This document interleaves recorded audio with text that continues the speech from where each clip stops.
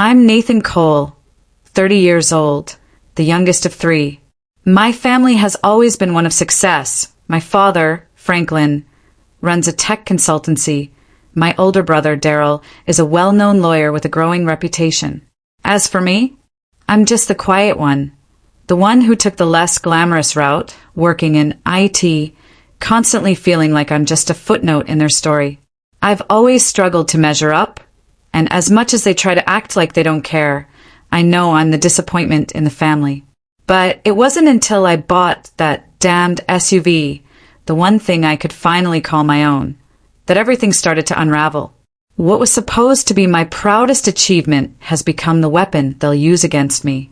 You see, I never expected what came next. That SUV?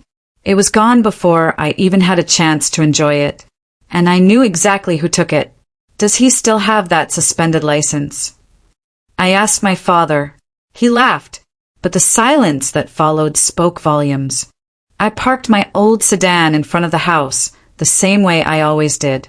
A dull thud echoed as I shifted the car into park, but it was overshadowed by the silence that followed.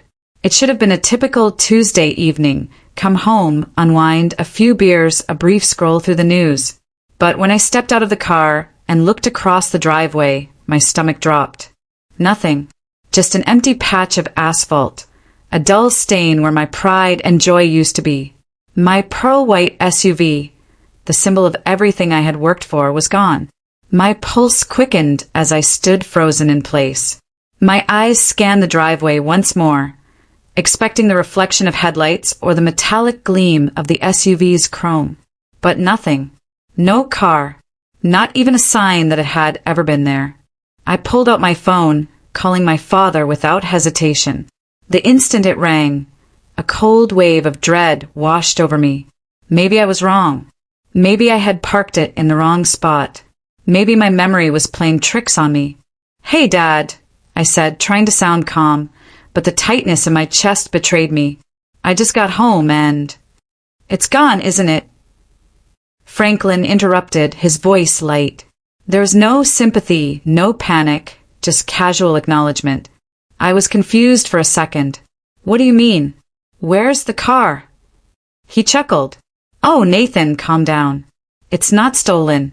It's just, I gave it to Daryl. He needed it more than you. He's been struggling for months, and I thought it would be a good thing for him." I froze. My throat went dry. "You gave him my car? Without asking me?"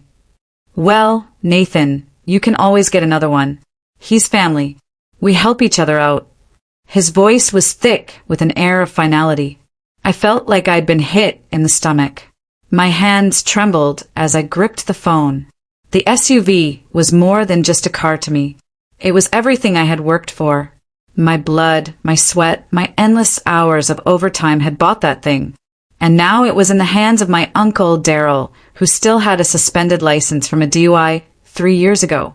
The fact that my father had given it to him, without even consulting me, was a betrayal too deep to comprehend.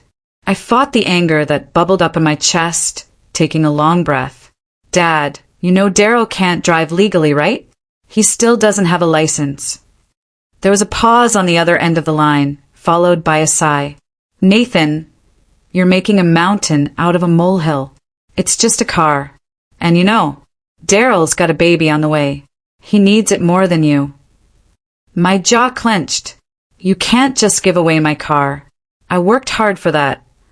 Franklin's voice shifted to one of indifference. "That's how family works, Nathan. We give when someone's in need. You're a grown man. You'll be fine. Maybe it's time for you to start looking at the bigger picture." A sense of defeat washed over me, but beneath it was something sharper, something colder. This wasn't just about the car. It was about control.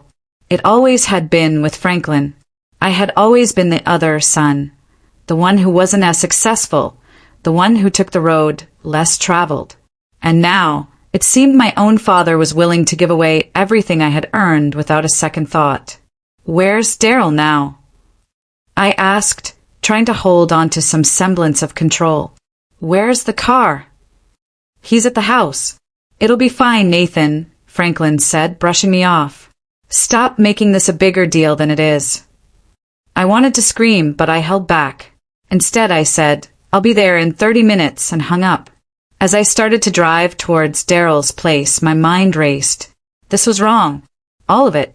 Giving my car to Daryl wasn't just a simple favor. It was part of something bigger. The way my father dismissed my concerns, the way he so easily made decisions without asking me. This wasn't about generosity. It was about power, and I had been the pawn. I gripped the steering wheel tighter. I would get my car back. The drive was uneventful, but every mile felt heavier. I pulled up to Daryl's house, the same place I had spent so many family holidays growing up. A place that, despite its warmth, always felt like a reminder of how different I was from everyone else. I knocked on the door, my fists clenched. Daryl answered with his usual easy grin. But today, that grin looked different. It was too wide, too confident. Hey, Nate, you want a beer? He asked, stepping aside. I didn't answer. Instead, I walked straight past him and into the living room. My car sat there, parked on the street, untouched, as if it were just another possession to be handed off. But it was mine. It was my life. I want it back, I said, my voice low, cutting through the space between us. Daryl raised an eyebrow. Come on, Nate. What's the problem? Dad gave it to me. You got your own thing going. It's not like you need it. I felt my chest tighten. This wasn't about the car. This was about respect. And it was something I was no longer willing to let slip away. I took a step toward him, the words coming faster now. You don't get to decide what I need, Daryl. You can't just take what I've worked for. A shift in his demeanor. The smile faded, replaced by something colder. You think this is about the car? Think again, Nate. This is about everything you've never understood about this family. I stared at him, waiting for the truth to finally spill out. But it didn't. Instead, he just looked at me and said, You're too late. And with that, I realized it was already too late to take back what had been stolen. The moment I stepped into Daryl's house, something felt off.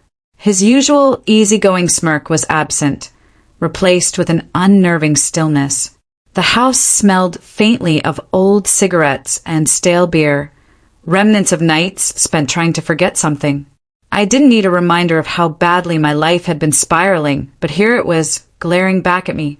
Daryl was leaning against the kitchen counter, a bottle of beer in hand, his eyes darting between me and the floor.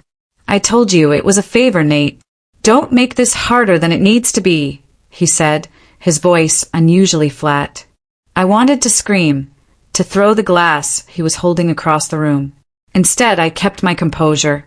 You took my car, Daryl. The one thing I worked for. You didn't even ask me.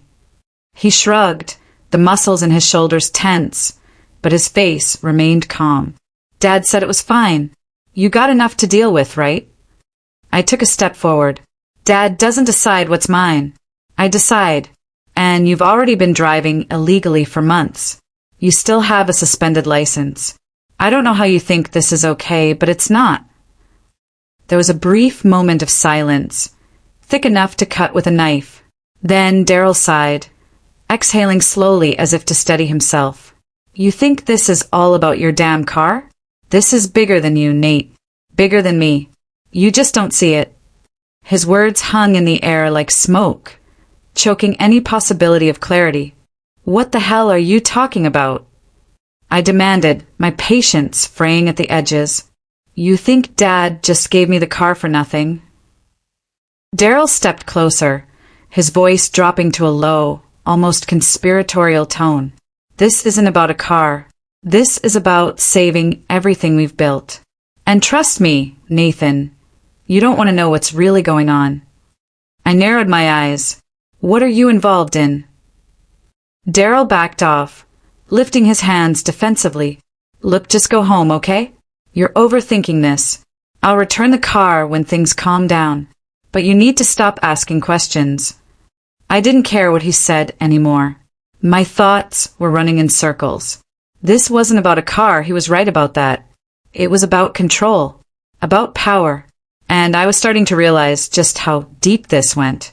Daryl was involved in something bigger, something dangerous. I could feel it in my gut, crawling beneath my skin, making my chest tighten. But what? "I'm not leaving until you give me my car back," I said, trying to keep my voice steady. But then, just like that, the front door opened, and another figure stepped in. It was Ryan, a figure from my past I'd hoped to never see again. I'd known Ryan for years, and in all that time, I never once trusted him. His grin was too wide, his charm too forced. "What's going on here, boys?" Ryan's voice was smooth, almost mocking. I froze. What the hell was he doing here? I couldn't even process it. Ryan, with his DUI history, his love for gambling, was somehow linked to this. And he was standing there, acting like nothing was wrong. Daryl flashed a nervous smile at him. "Nothing, just talking about the car." Ryan's gaze shifted to me, his eyes narrowing with that same dangerous gleam. "Talking, huh?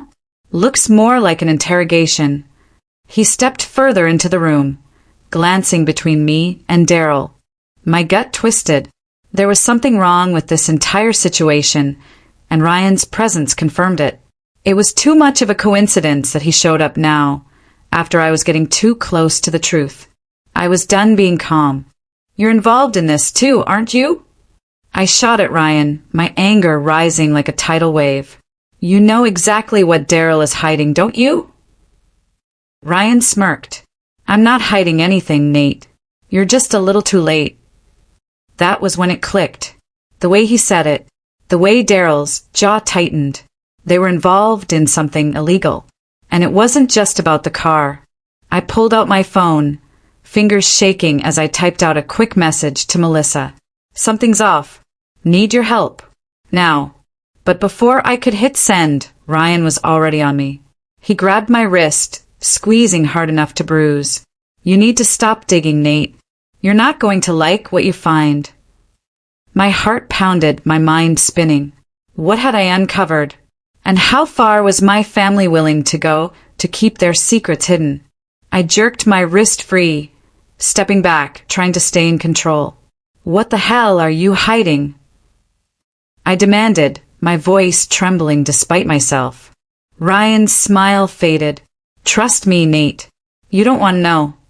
His eyes flicked to Daryl, who had grown unnervingly still. Something was happening. Something I hadn't seen before. I wasn't just looking for a car anymore. I was looking for answers. And if I kept digging, I was about to uncover a web of lies that could destroy everything. I spun on my heel, heading for the door, determined to get answers. But as I stepped outside, something in the air felt wrong. A dark feeling settled over me as I glanced around the empty street. The weight of being watched, of being hunted, pressed down on me. I wasn't alone. I wasn't safe anymore. The question wasn't just where my car was anymore. It was where all of this was leading, and how far I was willing to go to stop it.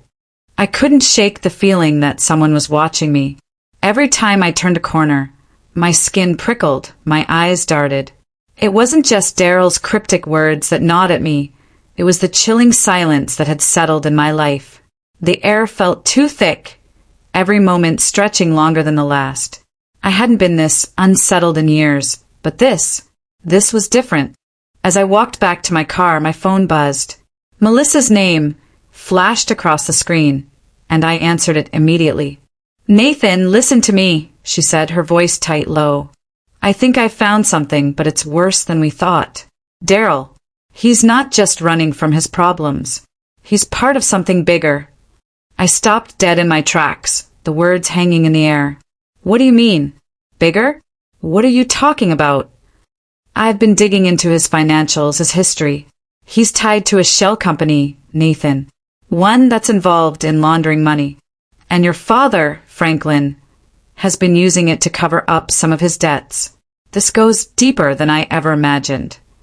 I leaned against the side of my car, the cold metal pressing into my back. Why would Daryl be involved in that? And why didn't you tell me sooner? I demanded, trying to keep my anger in check. "I didn't know how to say it, Nathan. But I need you to listen. This isn't just about your car. They've been pulling strings behind your back, and if we don't act fast, you could lose everything. I let out a long breath. Everything I thought I knew about my family, everything I'd worked for, was slipping through my fingers. Where are you now? I asked, my voice shaky. I'm at the office, but I'm not going to be here long. If you want to do something about this, meet me at the old warehouse on West 5th. It's our best shot at getting real proof. I didn't hesitate. I ended the call and started my car. Every second felt like a countdown.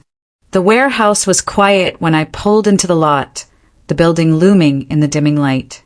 My headlights cut through the darkness, casting long shadows across the cracked concrete. I parked and stepped out, my boots scraping against the ground. I felt like I was walking into a trap, but I had no choice. Melissa had said this was where everything would change. I reached the door, and before I could knock, it creaked open. Melissa's silhouette stood in the frame, her face grim, eyes wide with a mix of fear and determination. Come on, she urged, pulling me inside. The door slammed behind us with an eerie finality. The air inside was thick with dust, the smell of mildew and rust filling my nose. A single light bulb flickered overhead, casting strange shadows on the walls. In the corner, a table was littered with papers, files, and a laptop. Melissa grabbed the laptop and spun it around to face me. Look at this, she said, tapping the screen. I leaned over and read the document. It was a financial statement, the kind that looked like nothing until you knew exactly what you were looking for. There were transactions, large sums of money, some marked as loans, others as investments. All of them linked to a company I'd never heard of. What the hell is this? I muttered. This is the shell company, she said. And it's not just Daryl. Your dad's the one who set it up. He's been using it to launder money, hide his debts from the IRS. He's been funneling funds through here for months, maybe even years. My mind raced. Why didn't you tell me sooner? Why didn't you just go to the authorities? I couldn't. They were too careful, Nathan. Too clean. This company, it's untouchable. If I had gone to the cops, I'd be buried with the rest of the evidence. I felt the floor drop beneath me. Everything I'd believed about my father, about Daryl, was shattered. Wait, I said, looking closer at the screen. This isn't just about money, is it? There's something else here. These names, these dates, they don't add up. Melissa's eyes darkened. There's more, Nathan. Look at this. She clicked on a separate file. It was a photo of Daryl standing next to a man I didn't recognize. The man was wearing a suit, a clean-cut look, but his smile was too wide, too knowing. I could feel my heart hammering in my chest. That's the guy from the meeting, Melissa whispered. The one I found out about. He's with a dangerous group. They specialize in fixing things, illegal things. The truth hit me like a punch to the gut. So Daryl's not just laundering money. He's involved in organized crime. And my father's the one who gave him the keys to everything. I slammed my fist against the table. We need to go to the police right now. Melissa shook her head. It's not that simple, Nathan. We need more than just these papers. We need names. We need evidence. You go to the cops with this, and you're going to be buried under the lies they've built for years. This goes deeper than you realize. I stared at her, breathing hard, feeling the weight of everything crash down on me. So what do we do? She paused, biting her lip, thinking. We take them down, but we need to be careful. If we go in too fast, we'll never get the proof we need. If we wait too long, it'll all disappear. We need to find the heart of the operation. I nodded, adrenaline coursing through me. There was no turning back now. I had to face my family, face the truth about who they were, and I wasn't sure I was ready for what that would do to me. I turned to leave, but the door slammed open, and before I could react, the sharp sound of footsteps echoed down the hallway. Someone was coming. Too fast. Too close. Hide, Melissa hissed. I dove behind a stack of boxes, holding my breath. The The door creaked open. I could hear their voices, low, urgent. The hairs on the back of my neck stood on end. They were here, and they were looking for us. I could feel it, the pressure, the way the air seemed heavier, like every breath I took was smothered by the secrets hanging in the shadows. Something was wrong, something was off, but I still didn't know what it was. I pulled up to Melissa's office, my mind racing. I hadn't even given her a heads up I was coming. But I couldn't wait any longer. My father, Daryl, Ryan. Everyone had their hands in something far worse than I'd imagined. And now I was caught in the middle. The door to the office swung open as I approached, the bell above it chiming a soft, almost mocking welcome. Melissa's face was tight, her eyes scanning the room before she stepped out to meet me. "Not good," she said as soon as the door clicked shut behind me. I exhaled sharply. "What's going on now?" "I was digging deeper, like you asked. Something's bigger than we thought. Franklin isn't just hiding debts. He's involved with some really bad people, Nathan. You're in the middle of something that could blow up any second." I followed her to the back office, feeling the weight of her words settle like a stone in my stomach. She turned the laptop around to face me, her fingers tapping rapidly on the keys. "What's this?" I asked, my voice hoarse. Melissa clicked on a document that looked like a typical business report at first glance. But when she zoomed in, I saw the names, the accounts. These weren't just legitimate transactions. These were payments, untraceable, linked to people who didn't even exist.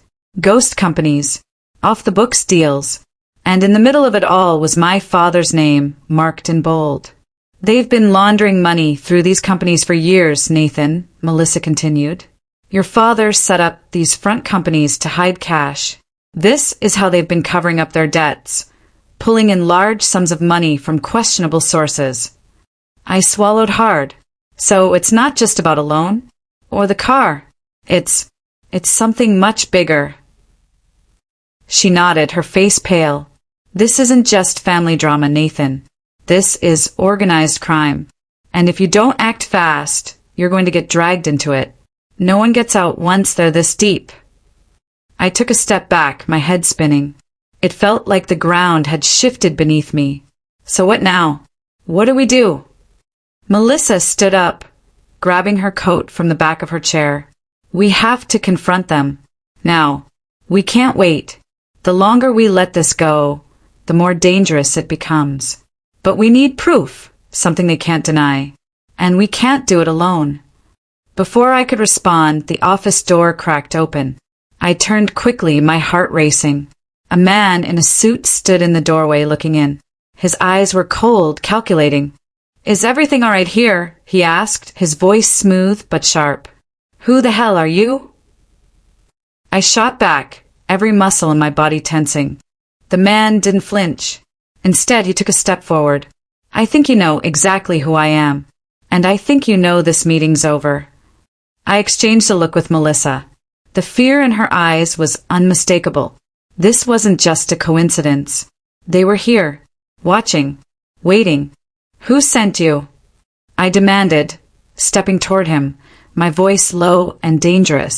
He smiled, but it was the kind of smile that made your skin crawl. "Your father did." My stomach dropped. My father?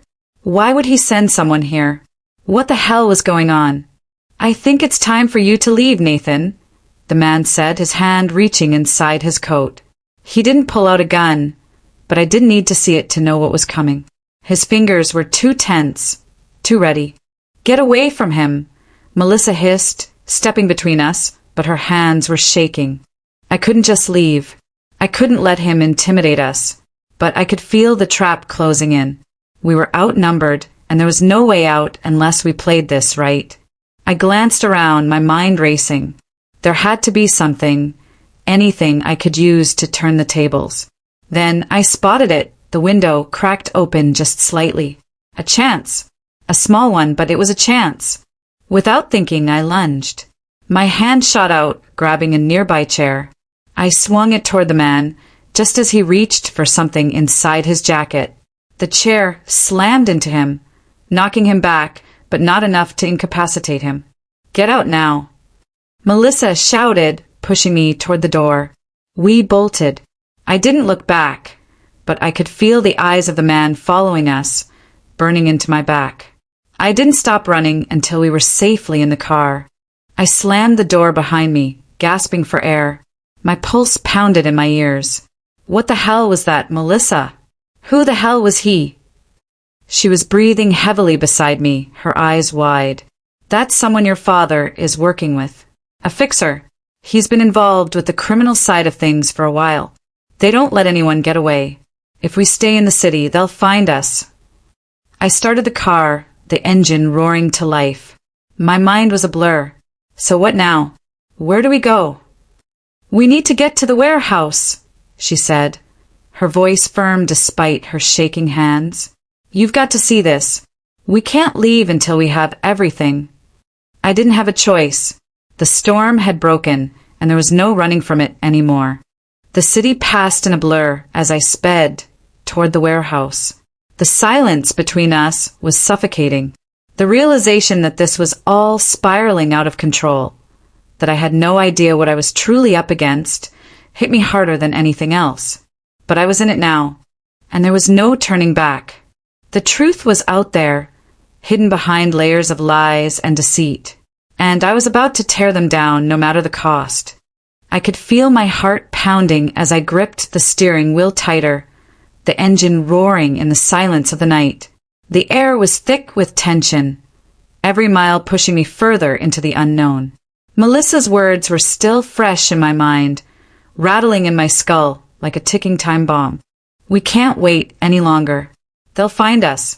They already know we're onto them," she had said, her voice low and sharp.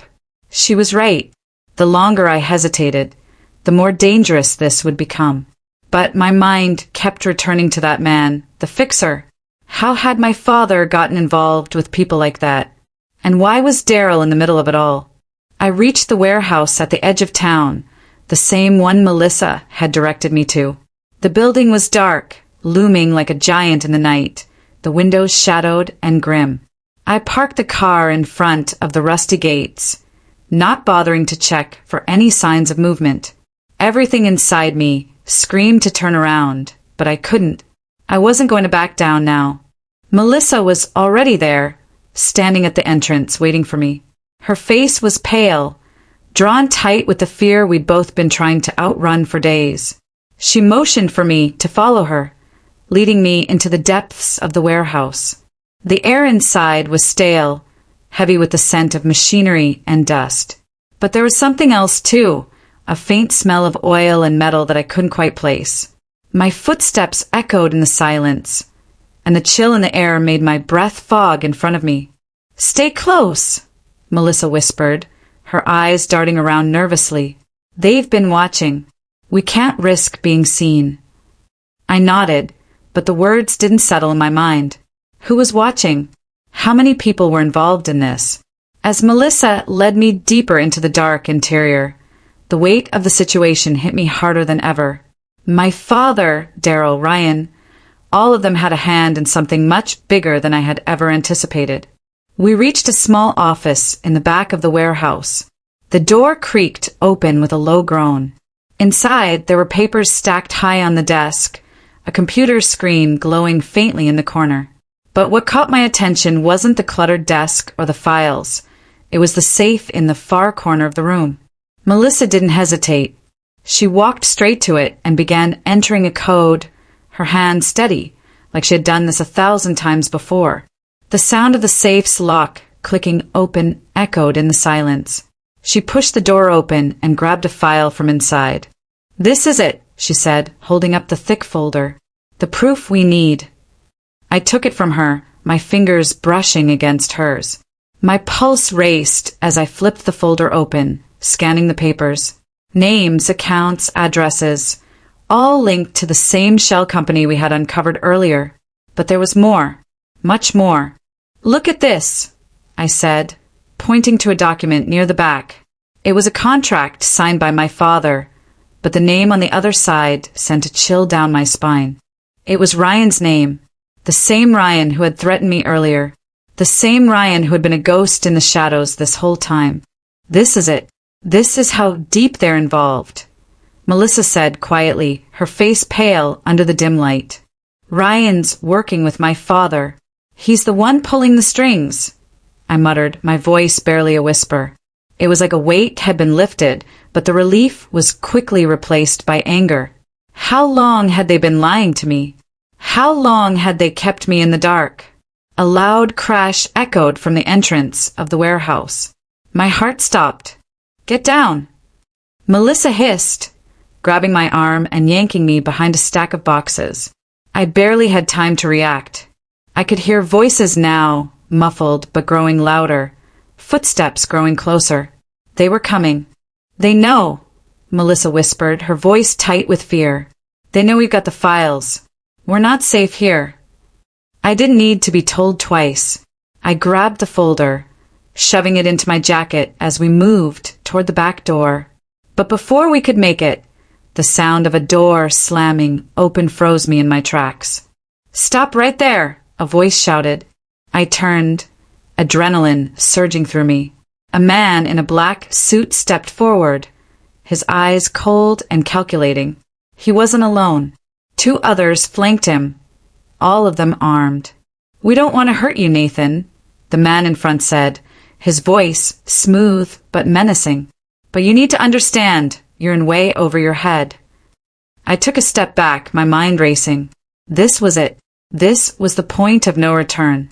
We can still walk away from this, Nathan, the man continued, his gaze narrowing. Give us the folder and we'll let you go. You can forget any of this ever happened. I didn't hesitate. I wasn't going to fold. Not now. I pulled the folder from my jacket, holding it out toward him. He took a step closer, reaching for it.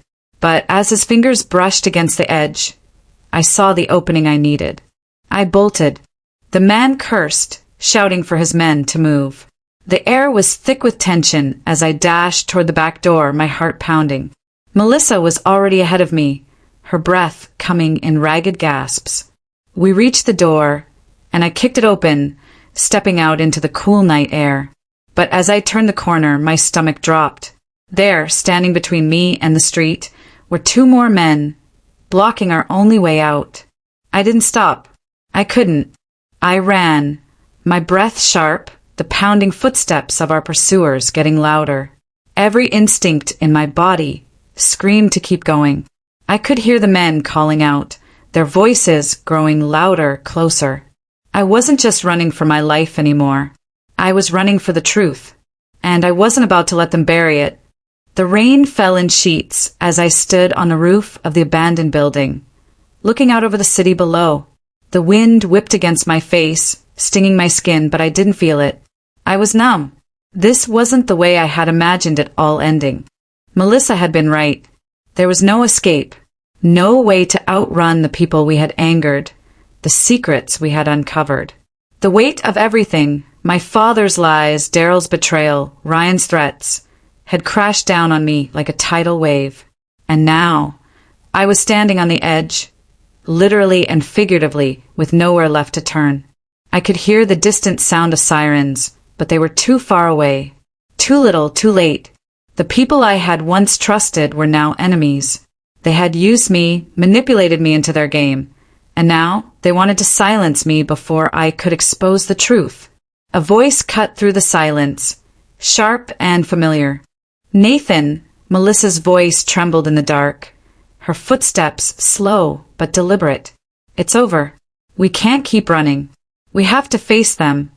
I turned to look at her, the figure of the woman who had been by my side through it all. She looked tired, worn, but her eyes still burned with defiance. It's never over, I muttered, my voice barely a whisper. Not until they pay for what they've done. I don't know if I can do this anymore, she said, stepping closer, her hand shaking. I thought we could fix this, but it's too deep. We've lost. You've lost. Don't say that, I snapped, my anger flaring. We haven't lost. Not yet.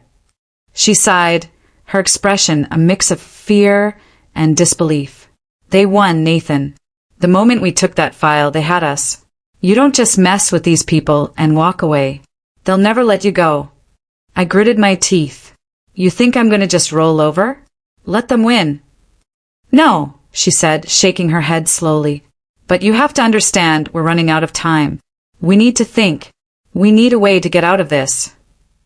I glanced down at the folder, clutched tightly in my hand. The file that held everything. The truth. My leverage. I'd nearly lost it several times already, but I was still holding on to it.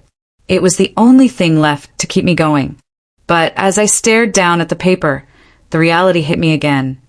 There was no escaping this. There's nowhere left to run, I muttered, more to myself than to Melissa. They'll find us no matter what. She stepped forward, her voice softer now. So, what do we do? I didn't answer immediately. Instead, I stared out into the storm, the flashing lights below, looking like tiny stars in the night. The sound of the rain beating against the rooftop was deafening. It was as if the world was closing in on me. There's one thing left to do, I said, finally turning back to her. We finish this. Now, we bring it all down. The drive to the police station was quick, the car's tires slapping against the wet streets as we sped through the city. My hands were tight on the wheel, my eyes focused on the road ahead. I knew what we had to do. The file was all I had left to bargain with, and I wasn't going to let it slip away. When we pulled into the parking lot, I could feel my heart pounding. The station looked empty in the rain, the fluorescent lights casting an eerie glow over everything. We stepped out of the car, the cold biting at my skin, but I was beyond the point of caring. I walked into the station, the doors creaking as they opened. The silence in the lobby was thick, suffocating. You need to talk to Captain Ellis, a young officer said, his gaze flicking to the file I was clutching. I didn't wait for permission. I marched toward the back, Melissa right behind me. Captain Ellis was in his office, as usual, behind his desk, arms crossed, the usual stern expression on his face. When I stepped in, he didn't even look up. What is it, Nathan? He asked, his voice low, resigned. I slammed the file on his desk. This is it, I said, my voice steady. The proof. Everything you need to take down my father, Daryl, and the people behind all this. Ellis raised an eyebrow, but didn't say a word. He opened the file slowly, his eyes scanning the papers, the weight of everything settling on him. His fingers hovered over the pages, and for a moment I thought he might put it aside. But then he didn't. You've been holding on to this for too long, he said, his voice grave. This is going to take down more than just your family. You know that, right?